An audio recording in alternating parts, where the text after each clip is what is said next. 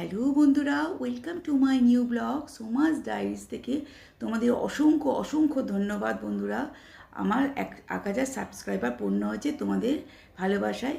তোমাদেরও আমি সব পেজে প্রতিদিন যেতে পারি না, কিন্তু আমি যাই। আর কিছু একটু দেরি হলে তোমরা মার্জনা করে নিও, একটু ভালোবাসা দিও, এভাবেই চলবে। তাহলে বন্ধুরা, এখানে আমি কাতলা মাছের একটা ছোট্ট করে রেসিপি দেখিয়েছি। কাতলা মাছের ঝোল। কাতলা মাছটা খুব তাড়াতাড়ি রান্না করে ফেললাম। এখানে 5 পিস কাতলা মাছ 100 গ্রাম করে ভালোভাবে আমি ভেজে নিয়েছি। একবারই যখন কাতলা মাছটা ধোবে তখন একটু ভিনেগার আর নুন জলে ভিজিয়ে রাখবে, তাহলে মাছের আঁশটানে গন্ধটা থাকবে না। যখন আমি কাতলা মাছটা ভাজছিলাম, আমি এটা 11 সসপ্যানে আমি রান্নাটা করেছি। খুব সুন্দর রান্না হয় এতে। এইখানে আমি কাতলা মাছটা যখন ভাজলাম তখন পাশে হালকা করে এই আলুগুলোকে, একটা বড় আলু ভাপিয়ে নিয়েছিলাম। এইভাবে কাটবে, দেখবে মাছটা দেখতেও ভালো লাগে, খেতেও ভালো লাগবে। একটু অন্যরকম ঝোলটা হবে। জিরে আলুটা ভাজার পর ভালো করে জল ঝরিয়ে অল্প একটু তেলেও রান্নাটা হয়ে যায়।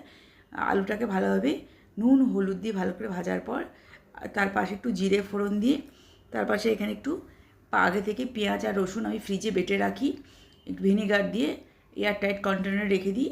আমার 1 সপ্তাহ মতন চলে। পেঁয়াজ আর রসুন বাটা ভালো করে দিয়ে আর একটু ভালো করে নাড়িয়ে নিলাম।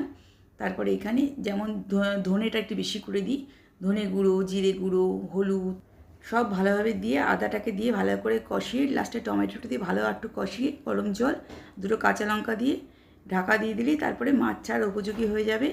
এভাবে করবে, খুব ভালো লাগবে।